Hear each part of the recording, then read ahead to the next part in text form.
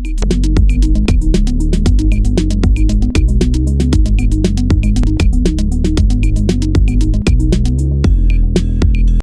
ಸ್ನೇಹಿತರೆ, ಇವತ್ತಿನ ಸಾಧಕರ ಸಮಯ ಕಾರ್ಯಕ್ರಮದಲ್ಲಿ ನಮ್ಮೊಟ್ಟಿಗೆ ಇದ್ದಾರೆ ಮಾಜಿ ನಿರ್ದೇಶಕರಾದ ಶರಣ್ ಪಾಟೀಲ್ ಅವರು. ಇವರು NWKRTCಯಲ್ಲಿ ಉತ್ತಮ ಸೇವೆ ಮಾಡಿ ಉಸಿರು ಫೌಂಡೇಶನ್ ಅನ್ನು ಸ್ಥಾಪಿಸಿ ಈಗಲೂ ಅದರಲ್ಲಿ ಸಮಾಜ ಸೇವೆಯನ್ನು ಮಾಡುತ್ತಿದ್ದಾರೆ. ಬನ್ನಿ ಇವತ್ತು ಅವರ ಜೀವನ, ಸೇವೆ ಮತ್ತು ಭವಿಷ್ಯದ ದೃಷ್ಟಿಯನ್ನು ತಿಳಿಯೋಣ. ನಮಸ್ತೆ ಸರ್. ನಮಸ್ತೆ ಸರ್, ನಿಮ್ಮ ಜೀವನ ಆದಿ, ಸೇವೆಗಳು ಮತ್ತು ಈ ಬೆಳವಣಿಗೆ ಬಗ್ಗೆ ಏನು ಹೇಳ್ತೀರಾ ಸರ್? ನೋಡಿಮ್ಮ, ನಾನು ಮೊದಲಿಗೆ ಎಲ್ಲಕ್ಕಿಂತ ಮುಖ್ಯವಾಗಿ ನಮ್ಮ ಕರ್ನಾಟಕದ ಉತ್ತರ ಕನ್ನಡ ಭಾಗದಲ್ಲಿ ನಾನೊಬ್ಬ ರೈತನ ಮಗಾಗಿ ಆ ನೆಲದ ಮೇಲೆ ಕೊಟ್ಟಿರುವಂಥದ್ದು ನನ್ನ ಭಾಗ್ಯ. ಆ ಭಾಗ್ಯ ಜೊತೆಗೆ ಮತ್ತು ನಾನು ನನ್ನ ತೃಪ್ತಿ ಇತ್ತು, ಈ ನೆಲದಲ್ಲಿ ಹುಟ್ಟಿದ್ದೀನಿ, ಈ ಭೂಮಿತಾಯಿ ಮೇಲೆ ಹುಟ್ಟಿದ್ದೀನಿ. ನಾನು ಉತ್ತರ ಕರ್ನಾಟಕ ಮತ್ತು ಕರ್ನಾಟಕ ಹೆಮ್ಮೆಯಿಂದ ಹೇಳ್ಕೊತಾ ಇದ್ದೆ. ಆದರೆ ನನಗೆ ಇನ್ನೊಂದು ಬೇಸರದ ಸಂಗತಿ ಏನಪ್ಪ ಅಂತಂದರೆ, ಉತ್ತರ ಕರ್ನಾಟಕ ಮತ್ತು ದಕ್ಷಿಣ ಕನ್ನಡ ಭೇದ ಭಾವದಲ್ಲಿ ನಮ್ಮ ಉತ್ತರ ಕನ್ನಡದ ಮೂಲಭೂತ ಸೌಕರ್ಯಕ್ಕೆ ವಂಚಿತ ಆದಾಗ ನನಗೆ ಒಂದು ಕನಸನ್ನು ಕಂಡೆ. ಆ ಕನಸು ನನಸು ಮಾಡಬೇಕು, ಹಾಗನಾಂಶ ಕೊಡಬೇಕು, ಅವ್ರಿಗೆ ಒಂದು ನ್ಯಾಯ ಕೊಡಿಸ್ಬೇಕಂಥೇಳಿ ನಾನು ಉತ್ತರ ಕರ್ನಾಟಕ ಭಾಗದಲ್ಲಿ ಒಬ್ಬ ರೈತನ ಮಗ ಆಗಿಬಿಟ್ಟು ಒಂದು ಕನಸು ಕಂಡಿದ್ದೆ. ಈಗ ಅದು ಸಾಕಾರ ಆಗ್ತಿದೆ ಅಂತ ನನಗೆ ಒಂದು ಅನಿಸ್ತಾ ಇದೆ. ಸರ್, ಈಗ ನೀವು ಉತ್ತರ ಕರ್ನಾಟಕದ ಬಗ್ಗೆ ಮಾತಾಡಿದ್ರೆ, ನಿಮ್ಮ ಮತ್ತು ಗದಗದ ಜಿಲ್ಲೆಯ ಬಗ್ಗೆ ಹೇಗಿದೆ ನಿಮ್ಮ ನಂಟು? ಮತ್ತು ಅಲ್ಲಿನ ಶಿಕ್ಷಣ, ಅಭಿವೃದ್ಧಿ ಮತ್ತು ಯುವಕರ ಭವಿಷ್ಯದ ಕುರಿತು ನಿಮ್ಮ ಅಭಿಪ್ರಾಯವೇನು ಸರ್? ಎಸ್, ನಾನು ಈ ನಿಮ್ಮ ಸಂಸ್ಥೆ ಮುಖಾಂತರ ನಾನು ಹೇಳಕ್ಕೆ ಇಷ್ಟಪಡ್ತೀನಿ. ಉತ್ತರ ಕರ್ನಾಟಕ ಭಾಗದಲ್ಲಿ ಅತಿ ಹೆಚ್ಚು ಹಿಂದುಳಿದ ಪ್ರದೇಶ ಯಾವುದಾರ ಒಂದು ಇದೆ ಅಂತಂದರೆ ಅದು ಮೊದಲಿಗೆ ಗದಗು ಮತ್ತು ಯಾದಗಿರಿ ಈ ಜಿಲ್ಲೆಗಳು ಬರುತ್ತೆ. ಗದಗು ಒನ್ಸ್ ಅಪಾನ್ ಟೈಮಲ್ಲಿ ಸ್ವತಂತ್ರ ಪೂರ್ವದಲ್ಲಿನೇ ಒಂದು ಬಿಸ್ನೆಸ್ ಹಬ್ ಆಗಿತ್ತು, ಒಂದು ಟ್ರೇಡಿಂಗ್ ಸೆಂಟರ್, ಒಂದು ಮ್ಯಾಂಚೆಸ್ಟರ್ ಅಂತ ಹೇಳ್ತಾ ಇದ್ರು. ಅವತ್ತಿನ ಹಿರಿಯರು ಅವತ್ತಿನ ಕಾಲಕ್ಕೆ ಒಂದು ದೊಡ್ಡ ದೊಡ್ಡ ಬಿಸ್ನೆಸ್ ಮಾಡಿದಂಥ ನೆಲ ಗದಗ ಜಿಲ್ಲೆ ಗದಗು. ಅಂಥ ನೆಲದಲ್ಲಿ ನಾನು ಬಂದಿದ್ದೀನಿ. ಆದರೆ ಅಲ್ಲಿ ನೋಡಿದ್ರೆ ಶಿಕ್ಷಣ ಹೋದ್ರೆ $0. ನೀವು ನೋಡಿದಾಗ ನಾನು NGO ಇಲ್ಲಿಗೆ 10ನೇ ವರ್ಷದ ಆ್ಯನಿವರ್ಸರಿ ನಾನು ಮಾಡ್ತಾ ಇದ್ದೀನಿ, ಉಸಿರು ಫೌಂಡೇಶನ್. ನಾನು ಯೋಚನೆ ಮಾಡಿದ ಬೆಂಗಳೂರು ಬಂದಾಗ, ವರ್ಷ ಬಂದಿದ್ದೆ ನಾನು ಬೆಂಗಳೂರಿಗೆ. ಗದಗ ಜಿಲ್ಲೆಯಲ್ಲಿ ಪ್ರತಿಶತ ರಿಸಲ್ಟ್ 2nd PUC ಇರ್ಬೋದು, 10th ಸ್ಟ್ಯಾಂಡರ್ಡ್ SSLC ಇರ್ಬೋದು, ಕೊನೆಯ ಸ್ಥಾನದಲ್ಲಿ ಯಾದಗಿರಿ ಮತ್ತು ಗದಗ ಅಷ್ಟೇ ಬರ್ತಾ ಇತ್ತು. ಶಿಕ್ಷಣ ಅಂದರೆ ತುಂಬ ಹದಗೆಟ್ಟು ಹೋಗಿದೆ. ಶಿಕ್ಷಣ 0 ಇದೆ. ಅಲ್ಲಿ ಮಕ್ಕಳು 35%ಇಂದ 40% ಅಷ್ಟು ಜನ ಜಸ್ಟ್ ಪಾಸ್ ಆಗ್ತಾ ಇದ್ದಾರೆ. ಹಾಗಾಗಿ ಶಿಕ್ಷಣ ಮಾತ್ರ 0 ಇದೆ. ಅದಕ್ಕೆ ನಾವು ಒತ್ತು ಕೊಡಬೇಕಾಗಿದೆ. ಹಾಗಾಗಿ ನಮ್ಮ ಉಸಿರು ಫೌಂಡೇಶನ್ ಅದಕ್ಕೆ ಪೂರ್ವಕವಾಗಿ ಕೆಲಸ ಕೂಡ ನಾವು ಮಾಡ್ತಾ ಇದ್ದೀವಿ. ಸರ್, ಉಸಿರು ಫೌಂಡೇಶನ್ ಸ್ಥಾಪನೆ ಮಾಡಿದ್ದೀರಾ, ಏನಕ್ಕೆ, ಅದರ ಉದ್ದೇಶವೇನು ಹೇಳ್ಬೋದು? ಹೌದು, ನಾನು ಬೆಂಗಳೂರಿಗೆ ಬಂದಾಗ ನನ್ನ ಕಾಲ ಮೇಲೆ ನಾನು ನಿಂತ್ಕೋಬೇಕು, ಮೊದಲು ನಾನು ಡೆವಲಪ್ ಆಗಬೇಕು, ಆಮೇಲೆ ಇನ್ನೊಬ್ಬರಿಗೆ ನೋಡ್ಬೇಕಂತೇಳಿ ನಾನು ಪ್ರಯತ್ನ ಪಟ್ಟಿದ್ದು ಸರಿ. ಅದರಂತೆ ನಾನು ಬಹಳ ಶ್ರಮಪಟ್ಟು ಬೆಂಗಳೂರಿನಲ್ಲಿ ಎಲ್ಲ ಜಾಗದಲ್ಲಿ, ಎಲ್ಲ ರೀತಿ, ಎಲ್ಲ ರಂಗದಲ್ಲಿ ಕೂಡ ನಾನು ಕೆಲಸ ಮಾಡಿದೆ. ಅದ್ರ ಜೊತೆಗೆ ನನ್ನ ಶಿಕ್ಷಣವನ್ನು ಕೂಡ ನಾನು ಪಡ್ಕೊಂಡೆ. ಶಿಕ್ಷಣ ಪಡ್ಕೊಂಡು ನಾನು ಒಂದು ಚಿಂತನೆ ಮಾಡಿಸೋ ಸಮಾಜ ಸೇವೆ ಮಾಡ್ತಾ ಇದ್ದೆ. ಅದ್ರ ಜೊತೆಗೆ ನಮ್ಮ RSS ರಾಷ್ಟ್ರೀಯ ಸ್ವಯಂ ಸೇವಕ ಸಂಘದಲ್ಲಿ ಕೆಲಸ ಮಾಡ್ತಿದ್ದೆ. ಅಲ್ಲಿ ಕೂಡ ನನಗೆ ಸ್ವಲ್ಪ ಪೂರಕವಾಗಿ ಸ್ವಲ್ಪ ಮೆಸೇಜ್ ಸಿಕ್ತು.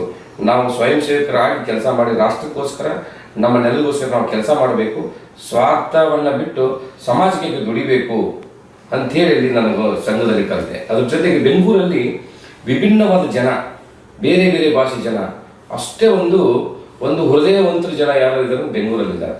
ಅಂಥ ಜನರ ಜೊತೆ ಬರೆದು ಒಂದು ಒಳ್ಳೆಯ ವಿಚಾರವನ್ನು ಕಲಿತು, ವಿಚಾರ ಭಂಡಾರನ ತೆಗೆದುಕೊಂಡು ನಾವು ಯಾಕೆ ಒಂದು ಫೌಂಡೇಶನ್ನ ಹುಟ್ಟು ಹಾಕಿ ಅದರ ಮುಖಾಂತರ ಕಟ್ಟ ಕಡೆ ವ್ಯಕ್ತಿಗೆ ನ್ಯಾಯ ಕೊಡಿಸ್ಬೇಕಂತ ಹೇಳಿ ನಾನು 2016ರಲ್ಲಿ ಉಸಿರು ಫೌಂಡೇಶನನ್ನು ಹುಟ್ಟಾಕಿದೆ ಬೆಂಗಳೂರಿನಲ್ಲಿ.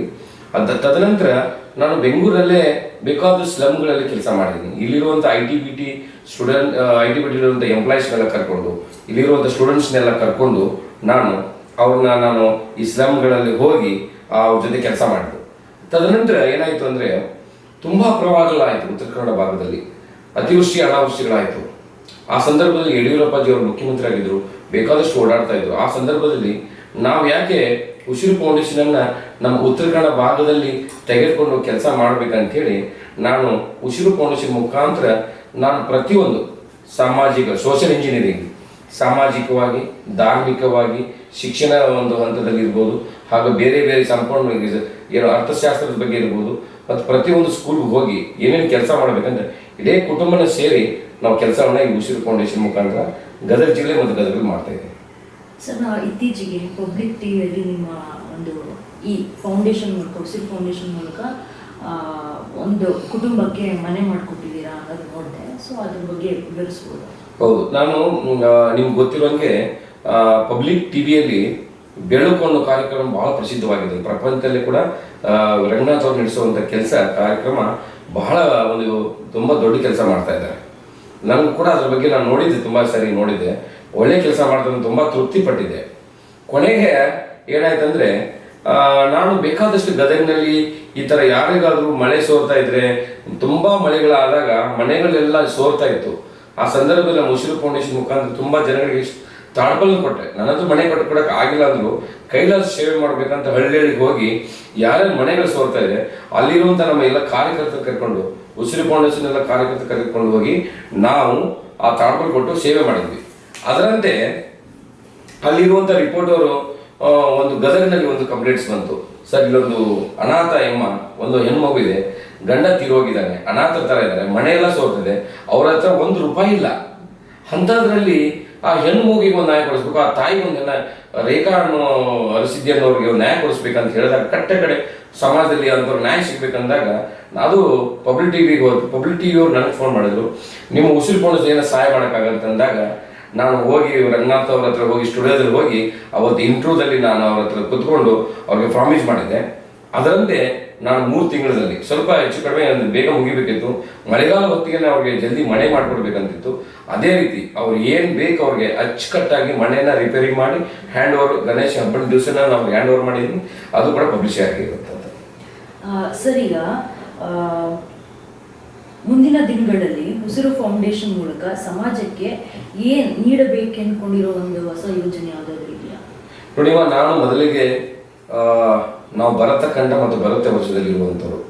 ಅವತ್ತಿನ ಕಾಲಕ್ಕೆ ಸಾವಿರಾರು ವರ್ಷಗಳ ಕಾಲ ಈ ದೇಶವನ್ನ ಹೊಡಿಬೇಕು, ಈ ದೇಶವನ್ನ ಚಿತ್ರಣ ಮಾಡಬೇಕು, ಆಮೇಲೆ ಈ ಹಿಂದೂ ಧರ್ಮನ ತೆಗಿಬೇಕು ಅಂತೇಳಿ ತುಂಬಾ ಜನ ಕನಸನ್ನ ಕಂಡಿದ್ರು. ಆ ಕನಸಿಗೆ ನುಚ್ಚುನೂರು ಮಾಡ್ಬೇಕಂತೇಳಿ ನಮ್ಮ ವೀರ್ ಸಾವರ್ಕರ್ ಅವರು, ಬಾಲ್ ಗಂಗಾಧರ್ ತಿಲಕ್ ಅವರು ಒಂದು ಅಡಿಪಾಯ ಹಾಕಿದ್ರು. ಮೊದಲಿಗೆ ನಾವು ಸನಾತನ ಧರ್ಮ ಉಳಿಸ್ಬೇಕು ನಮ್ಮ ನೆಲದ ಮೇಲೆ, ಆಮೇಲೆ ಬೇರೆ ಡೆವಲಪ್ಮೆಂಟ್ ಅಭಿವೃದ್ಧಿ ಮಾಡೋಣ. ಅದರಂತೆಯೇ ನಾವು ಅದೇ ರೀತಿ ಈಗ ನಾನು ಹೆಚ್ಚು ಕಡಿಮೆ 4-5 ವರ್ಷದಿಂದ ಪ್ರತಿಯೊಂದು ಗಜಾನನ ಮಂಡಳಿಗೆ ಅವ್ರಿಗೆ ಗಣಪತಿಗೆ ಕೊಟ್ಟು ಧಾರ್ಮಿಕವನ್ನು ಹೆಚ್ಚಿಸಬೇಕು ಮತ್ತು ಆಧ್ಯಾತ್ಮಿಕ ಚಿಂತನೆ ಹೆಚ್ಚಿಸಬೇಕು ಜನಗಳಲ್ಲಿ, ನಮ್ಮ ಹಿಂದೂ ಧರ್ಮನ ಉಳಿಸ್ಬೇಕಂತೇಳಿ ಪ್ರತಿಯೊಂದು ಗಜಾನನ ಮಂಡಳಿಗೆ ಹಣ ಕೊಡ್ತಾ ಬರ್ತಾ ಇರುವಂಥದ್ದು ಧನ ಸೇವೆ ಮಾಡ್ತಾ ಇದ್ದೀನಿ. ಅದ್ರ ಜೊತೆಗೆ ಅಲ್ಲಿರುವಂಥ ಎಲ್ಲ ಬೇರೆ ಬೇರೆ ಜಾತಿಯರು ಒಂದೇ ತಾಯಿ ಮಕ್ಕಳ ಥರ ಒಗ್ಗಟ್ಟಾಗಬೇಕು, ಅವ್ರನ್ನ ಒಗ್ಗಟ್ಟು ಮಾಡುವಂಥ ಒಂದು ಅವಕಾಶ ನನಗೆ ಸಿಕ್ತು. ಇದೇನು ಗಣಪತಿ ಗೌರಿ ಗಣೇಶ ಹಬ್ಬದ ಅದನ್ನೆಲ್ಲ ಮಾಡ್ತಾ ಇದ್ದೀನಿ. ಅದ್ರ ಜೊತೆಗೆ ನೀವು ಕೇಳಿದ್ರಿ ಮುಂದಿನ ಯೋಜನೆ ಏನು ಅಂತ ಹೇಳಿದಾಗ, ನನಗೆ ಇವಾಗ ಕೂಡ ಒಂದು ತಲೆಯಲ್ಲಿ ಯೋಜನೆ ಬಂದಿದೆ. ಹೇಗಾದ್ರೂ ಮಾಡಿ ಫಸ್ಟ್ ಆರೋಗ್ಯ ಹಾಳಾಗ್ತಾ ಇದೆ, ನಮ್ಮಲ್ಲಿ ಆರೋಗ್ಯದ ಬಗ್ಗೆ ಚಿಂತನೆ ಮಾಡ್ತಾ ಇದ್ದೀನಿ. ಮತ್ತೆ ಈ ಜನಗಳಿಗೆ ಸರ್ಕಾರಿ ಆಫೀಸ್ಗಳಲ್ಲಿ, ಕಚೇರಿಗಳಲ್ಲಿ ಇವತ್ತು ಹೋದ್ರೆ ಒಂದು ಸಣ್ಣ ಒಂದು ದಾಖಲೆ ತೆಗೊಳಕ್ ಆಗ್ತಾ ಇಲ್ಲ. ಅದನ್ನ ನಮ್ಮ ಆಫೀಸ್ ಮುಖಾಂತರನೇ ಪ್ರತಿಯೊಂದು ಹಳ್ಳಿಗೂ ಕೂಡ, ಅದು ನಮ್ಮ ಗದಗ ಜಿಲ್ಲೆ ಇರ್ಬೋದು ಮತ್ತು ಉತ್ತರ ಕನ್ನಡ ಬೇರೆ ಬೇರೆ ಜಿಲ್ಲೆಗಳು ಕೂಡ ಸಹಾಯ ಮಾಡಬೇಕಂತೇಳಿ ನಾನು ಯೋಜನೆ ಹಾಕೊಂಡಿದ್ದೀನಿ. ಮತ್ತೆ ಅಲ್ಲಿರುವಂಥ ಜನಗಳಿಗೆ ಅವ್ರನ್ನ ಎಚ್ಚೆತ್ತುವಂಥ ಕೆಲಸ ಮಾಡಿ ಪ್ರತಿಯೊಂದು ಗೋರ್ಮೆಂಟ್ ಕೆಲಸ ಆಗುವಂಥ ಸಣ್ಣ ಪುಟ್ಟ ಕೆಲಸ ನಾವು ಮಾಡಿಕೊಂಡು, ಅದ್ರ ಜೊತೆಗೆ ಪ್ರತಿ ಸ್ಕೂಲ್ಗೆ ಹೋಗಿ ಅವ್ರನ್ನ ಎನ್ಕರೇಜ್ಮೆಂಟ್ ಮಾಡಿ ಅತಿ ಹೆಚ್ಚು ಅವ್ರಿಗೆ ನೀವು ಹೇಳಿದಾಗ ನಾನು ಯಾವಾಗ ಹೇಳಿದೆ ರಿಸಲ್ಟ್ ಮುಂದಿನ ದಿನಗಳಲ್ಲಿ 50% ಹೆಚ್ಚು ಆಗಬೇಕು ಅನ್ನೋ ಒಂದು ಕನಸನ್ನು ಕಂಡಿದ್ದೀನಿ. ಪ್ರತಿ ಸ್ಕೂಲು, ಪ್ರತಿ ಕಾಲೇಜುಗಳಿಗೆ, ಪ್ರೈವೇಟ್ ಇರ್ಬೋದು, ಗೋರ್ಮೆಂಟ್ ಇರ್ಬೋದು, ಪ್ರತಿ ಸ್ಕೂಲ್ ಕಾಲೇಜ್ಗೆ ಹೋಗಿ ಅವ್ರಿಗೆ ನಾವು ಸಪ್ರೇಟ್ ಆಗಿ ಎಂಪ್ಲಾಯ್ಸ್ ನಿಂತ್ಬಿಟ್ಟು ಅವ್ರಿಗೆ ಸಪ್ರೇಟ್ ಎಜುಕೇಶನ್ ಕೊಟ್ಟು ಮುಂದಿನ ಬರೋ ದಿನ ಶಿಕ್ಷಣ ಬಗ್ಗೆ ಒತ್ತು ಕೊಡ್ತಾ ಇದ್ದೀನಿ. ಅದ್ರ ಜೊತೆಗೆ ನಮ್ಮ ಉಸಿರು ಫೌಂಡೇಶನ್ ಮುಖಾಂತರ ಇಲ್ಲಿವರೆಗೂ ನಾವು 5,000 ಜನಗಳಿಗೆ ಉದ್ಯೋಗನ ಕೊಟ್ಟಿರುವಂಥದ್ದು. ಅಲ್ಲಿರುವಂತಹ ಏನು ನಿರುದ್ಯೋಗಿಗಳಿಗೆ ನಮ್ಮ ಪ್ರತಿ ಶನಿವಾರ ನಮ್ಮ ಉಸಿರು ಫೌಂಡೇಶನ್ ಕಚೇರಿಯಲ್ಲಿ ಕಾರ್ಯಾಲಯದಲ್ಲಿ ಉದ್ಯೋಗಗಳ ಮಾಡಿ ಇವತ್ತು ಮಹಿಳೆಯರಿಗೆ ಹೆಣ್ಮಕ್ಳಿಗೆ ಸೆಕೆಂಡ್ ಪಿ ಯು ಸಿ ಆದವರು ಇವತ್ತು 40,000 ಸಂಬಳ ತಗೊತಾ ಇದ್ದಾರೆ ಬೆಂಗಳೂರಿನಲ್ಲಿ. ಅವ್ರು ಬರೀ ಜಸ್ಟ್ PUC ಆಗಿದ್ರು, ಕಡುಬಡವರು. ಇವತ್ತಿನ ದಿವಸ ನಾನೇ ನೋಡಿದಂಗೆ ನನ್ನ ಕಣ್ಣಾರ ತೃಪ್ತಿ ಆಗಿದೆ. ನಾನೇ ಹೆಣ್ಮಕ್ಳಿಗೆ ನೌಕರಿ ಕೊಡಿಸೋದು 5,000 ಜನ ಕೊಡಿಸಿದ್ದೀನಿ. ಅದೇ ನಿರಂತರವಾಗಿ ಬರುವಂಥ ದಿನಗಳಲ್ಲಿ ನಮ್ಮ ಉದ್ಯೋಗ ಮಾಡುವಂಥ ಉದ್ಯೋಗೀಕರಣ ಮಾಡಬೇಕು. ಅಲ್ಲಿರುವಂಥ ಜನಗಳಿಗೆ ನಾವು ಕ್ರಾಂತಿಕಾರ ವಿಚಾರವನ್ನು ತೆಗೆದುಕೊಂಡು ಬಂದ್ಬಿಟ್ಟು ಅವರಿಗೆ ಒಂದು ಮೂಲಭೂತ ಸೌಕರ್ಯ ಬಗ್ಗೆ ಒಂದು ಯೋಜನೆ ಹಾಕೊಂಡಿದ್ದೀನಿ. ಅದ್ರ ಜೊತೆಗೆ ನೀವು ಹೇಳಿದ್ರಿ ಉದ್ಯೋಗ ಕೊಡಿಸ್ಬೇಕು ಪ್ರತಿಯೊಬ್ಬರಿಗೂ ಅಂತೇಳಿ ಉದ್ಯೋಗ ಮೇಳ ಮಾಡ್ತಾ ಇದ್ದೀವಿ. ಇದೆಲ್ಲ ನಾವು ಮಾಡ್ಕೊಂಡು ಹೋಗ್ತಾ ಇದ್ದೀವಿ. ಇತ್ತೀಚೆಗೆ ಸಮಾಜದಲ್ಲಿ ಎಲ್ಲ ಕ್ಷೇತ್ರದಲ್ಲೂ ಹೆಣ್ಣು ಮಕ್ಕಳು ನಾವು ನೋಡ್ಬೋದು ಕೆಲಸದಲ್ಲಿ. ಒಂದು ವಿಡಿಯೋದಲ್ಲಿ ಇಂಡಿಯಾ ಪಾಕಿಸ್ತಾನ್ ಯುದ್ಧ ನಡಿಬೇಕಾದ್ರೆ ನಿಮ್ಮ ಒಂದು ಸೋಷಿಯಲ್ ಮೀಡಿಯಾ ಇನ್ಸ್ಟಾಗ್ರಾಮ್ ಅಲ್ಲಿ ನೋಡಿದೆ ವಿಡಿಯೋದಲ್ಲಿ ನೀವು ವುಮೆನ್ ಎಂಪವರ್ಮೆಂಟ್ ಬಗ್ಗೆ ಮಾತಾಡಿದ್ದೀರಾ. ಸೊ ಇದ್ರ ಬಗ್ಗೆ ನಿಮ್ಮ ನಿಲುವು ಸರ್? ನೋಡಿಮ್ಮ, ಅಲ್ಲಿ ನಮ್ಮ ಗದಗಲ್ಲಿ ನಾವು ಅನ್ಕೊಂಡಿದ್ವಿ ಹೆಣ್ಮಕ್ಳಂದ್ರೆ ಅವರೇ ಏನಂದ್ರೆ ಮದುವೆ ಆದ ತಕ್ಷಣ ಮಕ್ಕಳನ್ನ ಎತ್ತೋದು, ಆಮೇಲೆ ಮಕ್ಕಳು ಮಾಡೋದು, ಮಕ್ಕಳಾದ್ಮೇಲೆ ಅವ್ರನ್ನ ಸ್ಕೂಲ್ ಕಳಿಸೋದು, ರೆಡಿ ಮಾಡೋದು, ಬಟ್ಟೆ ವಾಶ್ ಮಾಡೋದು, ಈ ತರ ಒಂದು ಸರ್ವೆಂಟ್ ಆಗಬಾರ್ದು ಅನ್ನೋ ಒಂದು ಉದ್ದೇಶದಿಂದ ತಲಾಂತರ 300 ವರ್ಷದಿಂದ ರಾಣಿ ಚೆನ್ನಮ್ಮ, ಕಿತ್ತೂರು ರಾಣಿ ಚೆನ್ನಮ್ಮನವರು ಕುದುರೆಗೇರಿ ಆ ಬ್ರಿಟಿಷರ ಜೊತೆ 1000 ಜನ ಬ್ರಿಟಿಷರ ಜೊತೆ ಹೋರಾಟ ಮಾಡಿ ರಾಜ್ಯವನ್ನು ಗೆದ್ದಂಥದ್ದು ಉದಾಹರಣೆ ನಮ್ಮ ದೇಶದಲ್ಲಿ, ನಮ್ಮ ರಾಜ್ಯದಲ್ಲಿದೆ. ಅಂಥ ಒಂದು ವಿಚಾರ ನಮ್ಮಲ್ಲಿ ಪುಸ್ತಕಗಳನ್ನ ನಾವು ಓದಿರುವಂಥದ್ದು.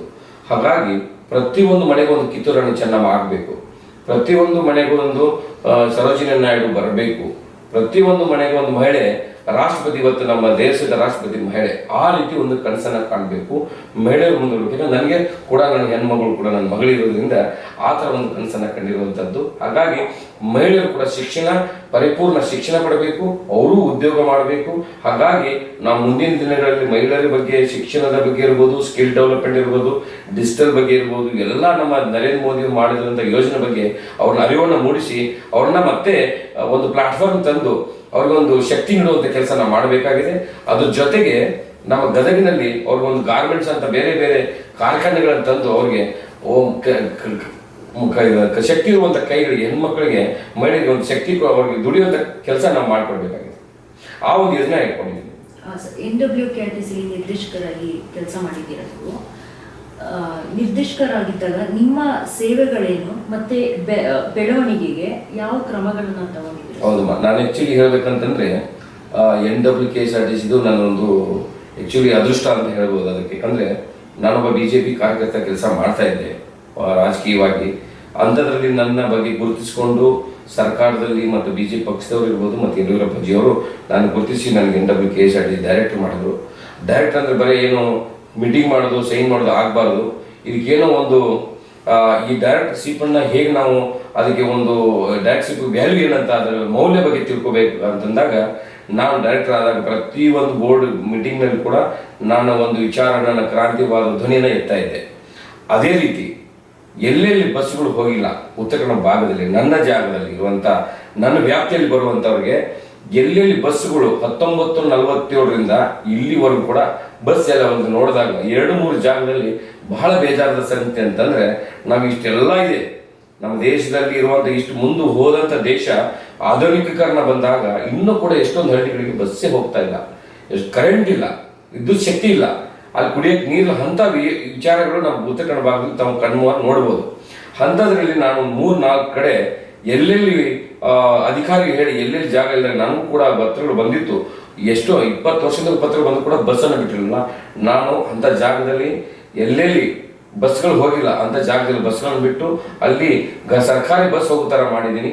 ಅದರ ಜೊತೆಗೆ ಯಾರ್ಯಾರು ಕಾರ್ಮಿಕರ ಕಷ್ಟಗಳನ್ನ ಇದ್ರು ಅವ್ರ ಕಾರ್ಮಿಕರ ಕಷ್ಟಗಳ ಬಗ್ಗೆ ನಾನು ಅರಿವನ್ನು ಮೂಡಿಸಿರುವಂಥದ್ದು. ಎಷ್ಟೋ ಜನ ನಾನು ಡೈರೆಕ್ಟರ್ ಆದಾಗ ತುಂಬ ಸ್ಟ್ರೈಕ್ಗಳು ಮಾಡ್ತಾ ಇದ್ರು, ಅವ್ರಿಗೆ ಹೋಗಿ ನಾನು ಸ್ಟ್ರೈಕ್ ಮಾಡಬಾರ್ದು, ನಾವು ಇದು ಬೇರೆ ರೀತಿ ತೆಗೆದುಕೊಂಡು ಹೋಗ್ಬೇಕಂತ ಯೋಚನೆ ಮಾಡಿದಾಗ ಮಾಡಿದ್ವಿ. ಇದೆಲ್ಲಕ್ಕಿಂತ ಮುಖ್ಯವಾಗಿ ಇದೆಲ್ಲ ಮಾಡಿದೆ, ತುಂಬ ಕೆಲಸಗಳು. ಪ್ರತಿಯೊಂದು 40-50 ಡಿಪೋ ವಿಸಿಟ್ ಮಾಡ್ತಾ ಇದ್ದೆ, ಎಲ್ಲ ಸ್ವಚ್ಛತೆಯ ಬಗ್ಗೆ ಹೇಳ್ತಾ ಇದ್ದೆ, ಅಲ್ಲಿ ಅರಿವು ಮೂಡಿಸ್ತಾ ಇದ್ದೆ. ಮೈಕಲ್ಲಿ ನಾನು ಹಿಡಿದು ಮೈಕಲ್ಲೇ ಮಾತಾಡಿದ್ದೀನಿ. ಬಸ್ ಸ್ಟ್ಯಾಂಡಲ್ಲಿ ಸ್ವಚ್ಛತೆ ಇರಬೇಕು, ಯಾಕಂದ್ರೆ ಸ್ವಲ್ಪ ಅರಿವನ್ನು ಮೂಡಿಸಿದ್ದೀನಿ. ಸ್ವಚ್ಛ ಭಾರತ ಶ್ರೇಷ್ಠ ಭಾರತ ನರೇಂದ್ರ ಮೋದಿ ಅವರು ಹೇಳಿದ್ದಾರೆ. ಪ್ರತಿಯೊಂದು ಬಸ್ ಸ್ಟ್ಯಾಂಡಲ್ಲಿ ಶೌಚಾಲಯ ಇರ್ಬೋದು, ಎಲ್ಲ ಕೂಡ ಮಹಿಳೆಯರಿಗೆ ಶೌಚಾಲಯ ಇತ್ತು ಕೂಡ ಇಲ್ದಂಗಿತ್ತು. ಅಲ್ಲಿ ನಾಯಿಗಳು, ಹಂದಿಗಳು ಮಲಗ್ತಾ ಇದ್ವು. ಶೌಚಾಲಯಕ್ಕೆ ಪಬ್ಲಿಕಲ್ಲಿ ಹೋಗ್ತಾ ಇದ್ರು ಬಸ್ ಸ್ಟ್ಯಾಂಡ್ಗಳಲ್ಲಿ. ನಾನು ಕಣ್ಣಾರ ನೋಡೋದು, ಅದನ್ನೆಲ್ಲ ಬಂದ್ ಮಾಡಿದ್ದೀನಿ. ತುಂಬ ನಾನಂತೂ ಇರುವಂಥ ಸಮಯದಲ್ಲಿ ತುಂಬ ಕೆಲಸಗಳನ್ನು ಮಾಡಿದ್ದೀನಿ. ನನಗೆ ಆ ಕೆಲಸದ ಬಗ್ಗೆ ನನಗೆ ತೃಪ್ತಿ ಇದೆ. ಅಂತ ಕೆಲಸ ಕೊಟ್ಟರೆ ನಾನು ಮಾಡ್ತೀನಿ. ಅದ್ರ ಜೊತೆಗೆ ಉತ್ತರ ಕರ್ನಾಟಕ ಭಾಗದಲ್ಲಿ ಬಸ್ಸುಗಳು ನನ್ನ ಬಹಳ ಕೆಟ್ಟದಾಗಿದೆ. ಒಂದು ಬಸ್ ಇವತ್ತು 5 ರಿಂದ 6 ಲಕ್ಷ ಓಡೋ ಕೆಪಾಸಿಟಿ ಇರೋದನ್ನ 12 ಲಕ್ಷ ಓಡುವಂತ ಮಾಡ್ತಾ ಇರುವಂತದ್ದು. ಬಸ್ಗಳನ್ನ ಮೊದಲನ್ನ ನಿಲ್ಲಿಸಬೇಕು. ಅವನ್ನೆಲ್ಲ ಗುಜರಿ ಹಾಕುವಂತ ಬಸ್ಗಳನ್ನ ಇವತ್ತು ಏನು ಉತ್ತರ ಕನ್ನಡ 5,000-6,000 ಬಸ್ಗಳು ಏನು ಓಡ್ತಾ ಇದೆಯೋ ಅವನ್ನೆಲ್ಲ ಮೊದಲಿಗೆ ಅವನು ಗುಜರಿಗೆ ಹಾಕಬೇಕು. ನಮ್ಮ ಉತ್ತರ ಕನ್ನಡ ಭಾಗದವರು, ನಾವು ಕರ್ನಾಟಕದವರು. ಹಾಗಾಗಿ ನಮ್ಗೆ ನ್ಯಾಯ ಬೇಕಂದ್ರೆ ನಮ್ಗೆ ಹೊಸ ಬಸ್ಗಳು ಕೊಡಬೇಕು, ನಮಗೂ ಇಲೆಕ್ಟ್ರಿಕಲ್ ಬಸ್ ಕೊಡಬೇಕು, ಹೊಸ ರಸ್ತೆಗಳು ಮಾಡಬೇಕು, ಅಲ್ಲಿ ಬಸ್ಸನ್ನು ಓಡಿಸ್ಬೇಕು. ಮಕ್ಕಳು ಇವತ್ತು ಸರ್ಕಾರಿ ಬಸ್ಗಳನ್ನ ನಂಬ್ಕೊಂಡ ಎಷ್ಟೋ ಇವತ್ತು ಉದಾಹರಣೆಗಳಿದೆ. ಬಸ್ ಎಕ್ಸಾಮ್ ಅನ್ನ ಬಸ್ ಬರೋದಕ್ಕೆ ಎಕ್ಸಾಮ್ ತಪ್ಪೋಗಿದೆ, ಅವನ ಜೀವನ ಹಾಳಾಗಿದೆ ಬಸ್ಸಿಂದ. ಹಾಗಾಗಿ ಸಾರಿಗೆ ವ್ಯವಸ್ಥೆ ಅತಿ ಹೆಚ್ಚಾಗಬೇಕು. ನಮ್ಮಲ್ಲಿ 00 ಬಸ್ ಇದ್ರೂ ಕೂಡ ನಮ್ಮ ಏನು ಇಲ್ಲದ ತರ ನಾವು ಬದುಕ್ತಾ ಇದ್ವಿ. ಬಸ್ ವ್ಯವಸ್ಥೆ ಆಗ್ಬೇಕು, ಬಸ್ ಸ್ಟ್ಯಾಂಡ್ಗಳು ಆಗ್ಬೇಕು, ಅಲ್ಲಿ ಎಲ್ಲಾ ರೀತಿ ವ್ಯವಸ್ಥೆ ಮಾಡಿದ್ರೆ ಮಾತ್ರ ಆ ಒಂದು ಸಾರ್ಥಕ ಆಗುತ್ತೆ ಸಾರಿಗೆ. ಇದ್ದಲ್ಲ ಅಂದ್ರೆ ಅದು ಒಂದ್ ಕಣ್ಣಿಗೆ ಸುಣ್ಣ, ಒಂದ್ ಕಣ್ಣಿಗೆ ಬೆಣ್ಣೆ ಆಗುತ್ತೆ. ಇಲ್ಲಿ ದಕ್ಷಿಣ ಕರ್ನಾಟಕದವ್ರಿಗೆ ಬೆಣ್ಣೆ, ನಮ್ಮ ಕರ್ನಾಟಕದವ್ರಿಗೆ ಉತ್ತರ ಕನ್ನಡದವ್ರಿಗೆ ಸುಣ್ಣ ಒಂದು ಕೆಲಸ ಬಿಡಬೇಕು. ಎಲ್ಲಾ ಸರ್ಕಾರದಲ್ಲಿ ನಾನು ಇದನ್ನು ಒತ್ತಾಯ ಮಾಡ್ತೇನೆ. ಈಗ ನಮ್ಮ ವೀಕ್ಷಕರಿಗೆ ನಿಮ್ಮ ಮೂಲಕ ಏನು ಯುವಕರಿಗೆ ಸಂದೇಶ ನೀಡ್ತೀರಾ ಸರ್? ನಾನು ಇವತ್ತಿನ ದಿವಸ ಯುವಕರಿಗೆ ಏನು ಹೇಳಕ್ ಇಷ್ಟಪಡ್ತೀನಿ ಅಂತಂದ್ರೆ, ಪ್ರೇಕ್ಷಕರಿಗೆ ಏನು ಹೇಳಕ್ ಇಷ್ಟಪಡ್ತೀನಿ ಅಂದ್ರೆ, ನಾನು ಒಬ್ಬ ಶರಣ್ ಪಾಟೀಲ್, ಒಬ್ಬ ಕಟ್ಟಕಡೆ ವ್ಯಕ್ತಿ, ಒಬ್ಬ ರೈತನ ಮಗನಾಗಿ ತಮ್ಮಲ್ಲಿ ರಿಕ್ವೆಸ್ಟ್ ಏನ್ ಮಾಡ್ತೀನಿ ಅಂತಂದ್ರೆ, ತಾವು ಇವತ್ತಿನ ದಿವಸನೇ ನನ್ನ ಒಂದು ಸಂದೇಶ ನಮ್ಗೇನಂದ್ರೆ, ತಾವುಗಳು ಮಲಗುವ ಸಮಯ ಅಲ್ಲ, ಇದು ಕೆಲಸ ಮಾಡುವ ಸಮಯ. ಮಲಗುವ ಸಮಯ ಮುಂದಿದೆ. ಹಾಗಾಗಿ ನರೇಂದ್ರ ಮೋದಿ ಅವರು ಕರೆ ಕೊಟ್ಟಿದ್ದಾರೆ. ಆ ಒಂದು ಕರೆಗೆ ತಾವು ಹೋಗಿ ಕೊಟ್ಟು ಪ್ರತಿಯೊಬ್ಬ ಯುವಕರು ನಾನು ಮುಂದು ತಾನು ಮುಂದು ಅಂತ ಹೇಳಿ ತಮ್ಮ ಶಿಕ್ಷಣವನ್ನು ಭದ್ರ ಮಾಡಿಕೊಂಡು ದುಡಿಮೆ ಬಗ್ಗೆ ಯೋಚನೆ ಮಾಡಿ ಒಂದು ವ್ಯವಹಾರದಲ್ಲಿ ಕೈ ಹಾಕಿ, ನಾವು ಯಾಕಂದ್ರೆ ಇವತ್ತು ಅಮೆರಿಕ ಮಾಡಿದ ದ್ರೋಹದ ಬಗ್ಗೆ ತಾವೆಲ್ಲ ಕೂಡ ಗೊತ್ತಾಗಿದೆ. Make in India, made in India. ತಾವೇ ಒಂದು ಊರಲ್ಲಿ ಒಂದು ಸಂಘಟನೆ ಮಾಡಿ ಸ್ಟಾರ್ಟ್ಅಪ್ ಇಂಡಿಯಾ ಮಾಡಿದ್ದಾರೆ, ಡಿಜಿಟಲ್ ಇಂಡಿಯಾ ಮಾಡಿದ್ದಾರೆ, ಇಂಥ ಬೇಕಾದಷ್ಟು ಸೆಮಿ ಕಂಡಕ್ಟರ್ ತಂದಿದ್ದಾರೆ. ಆಮೇಲೆ ದೊಡ್ಡ ದೊಡ್ಡ ಆಪಲ್ ಕಂಪ್ನಿ ಅಂತ ಆಪಲ್ ಇಲ್ಲೇ ತಯಾರಿ ಮಾಡ ಅಂತ ಹೇಳ್ತಾರೆ. ಹಾಗಾಗಿ ಯುವಕರು ಇವತ್ತಿನ ಸುಮ್ಮನೆ ಕೂತ್ಕೊಳ್ಳೋದು, ಟಿವಿ ನೋಡೋದು, ಆಮೇಲೆ ಬೇರೆ ಬೇರೆ ದುಶ್ಚಟಕ್ಕೆ ಹೋಗುವಂಥದ್ದು, ಆಮೇಲೆ ಫೇಸ್ಬುಕ್, ಇದರಲ್ಲೇ ಟೈಮ್ ವೇಸ್ಟ್ ಮಾಡ್ತಾ ಇದ್ದೀರಿ. ದಯವಿಟ್ಟು ತಮ್ಮ ಕಾಲೇಜ್ ಓದೋ ಜೊತೆಗೇನೆ ತಮ್ಮ ಯೋಜನೆ ಸ್ಟಾರ್ಟ್ಅಪ್ ಬಗ್ಗೆ ಒಂದು ಯೋಚನೆ ಮಾಡಿ. ದಯವಿಟ್ಟು ಇಡೀ ಪ್ರಪಂಚಕ್ಕೆ ಇಂಡಿಯಾ ಬೇಕಾಗಿಲ್ಲ, ಭಾರತ ಬೇಕಾಗಿಲ್ಲ, ಇಡೀ ಪ್ರಪಂಚಕ್ಕೆ ಭಾರತ ಬೇಕಾಗಿದೆ. ಆ ರೀತಿ ನಾವು ವ್ಯವಸ್ಥೆಯನ್ನ ಮಾಡಬೇಕಾಗಿದೆ. ನರೇಂದ್ರ ಮೋದಿ ಅವರು ಒಂದು ವ್ಯಾಖ್ಯಾನ ಹೇಳಿದ್ದಾರೆ, make in India, made in India. ದಯವಿಟ್ಟು ಎಲ್ಲ ಯುವಕರು ಈ ದೇಶ ಕಟ್ಟುವಂತ ಕೆಲಸ ತಾವು ಮಾಡಬೇಕು. ದಯವಿಟ್ಟು ಈ ದೇಶ ಕಟ್ಟುವ ಕೆಲಸ ತಾವು ಮಾಡಿದೇ ಕರೆದಂದ್ರೆ ಬರುವಂತ ಇನ್ನೇನು 2037 ಅನ್ನೊಳಗಡೆ ಭಾರತ ನಂಬರ್ 1 ಆಗಕ್ಕೆ 2 ಮಾತು. ದಯವಿಟ್ಟು ಪ್ರತಿಯೊಬ್ಬ ಯುವಕ ತಾವು ಇವತ್ತಿನಿಂದನೇ ಶಿಕ್ಷಣ ಬಗ್ಗೆ ಒತ್ತು ಕೊಡಬೇಕು, ಸಮಾಜದ ಬಗ್ಗೆ ಒತ್ತು ಕೊಡಬೇಕು, ಸನಾತನ ಬಗ್ಗೆ ಒತ್ತು ಕೊಡಬೇಕು, ಹಿಂದೂ ಧರ್ಮದ ಬಗ್ಗೆ ಒತ್ತು ಕೊಡಬೇಕು. ಇವತ್ತೇನು ದಯವಿಟ್ಟು ತಾವು ಎದ್ದೇಳಬೇಕು. ಅವತ್ತು ಎದ್ದೇಳ್ರಿ ಗುರಿ ಮುಟ್ಟುವ ತನಕ ಎಚ್ಚರವಾಗಿರುತ್ತೆ ವಿವೇಕಾನಂದ ಹೇಳಿದ್ರಲ್ಲ, ಅದೇ ರೀತಿ ನರೇಂದ್ರ ಮೋದಿಜಿಯವರು ಕೂಡ ಹೇಳಿದ್ದಾರೆ. ದಯವಿಟ್ಟು make in India, made in ಅನ್ನೋ ಕಾರ್ಯಕ್ರಮ ಇರ್ಬೋದು, ಹಾಗೂ ಎಲ್ಲದರಲ್ಲಿ ಸ್ಟಾರ್ಟ್ಅಪ್ ಟೆಕ್ನಾಲಜಿನ ಹೇಳ್ಕೊಂಡು ಬರಬೇಕು. ವ್ಯವಸಾಯದಲ್ಲಿ ನಾವು ವ್ಯವಸಾಯದಲ್ಲಿ ಮುಂದೆ ಬರಬೇಕಾಗಿದೆ. ಎಲ್ಲ ಪ್ರತಿಯೊಂದು ಇಂಡಸ್ಟ್ರಿಯಲ್ಲಿ ಮುಂದೆ ಬರಬೇಕಾಗಿದೆ. ಎಲ್ಲದರಲ್ಲೂ ತಾವು ಮುಂದೆ ಬರಬೇಕಾಗಿದೆ.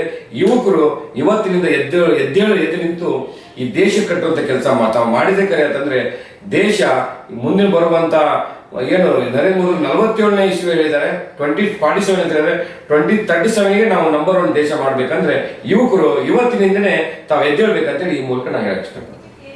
ಧನ್ಯವಾದಗಳು ಸರ್, ನಿಮ್ಮ ಅನುಭವ ಮತ್ತು ಸಮಾಜ ಸೇವೆಯ ಬಗ್ಗೆ ನಮಗೆ ತಿಳಿಸಿಕೊಟ್ಟಿದ್ದಕ್ಕೆ. ಇಂತಹ ನಾಯಕರು ಮತ್ತು ಸಮಾಜ ಸೇವಕರು ನಮ್ಮ ಸಮಾಜಕ್ಕೆ ಮಾದರಿ ಅಂತ ಹೇಳ್ತಾ ಈ ವಿಡಿಯೋನ ಮುಗಿಸ್ತೀನಿ. ಧನ್ಯವಾದಗಳು.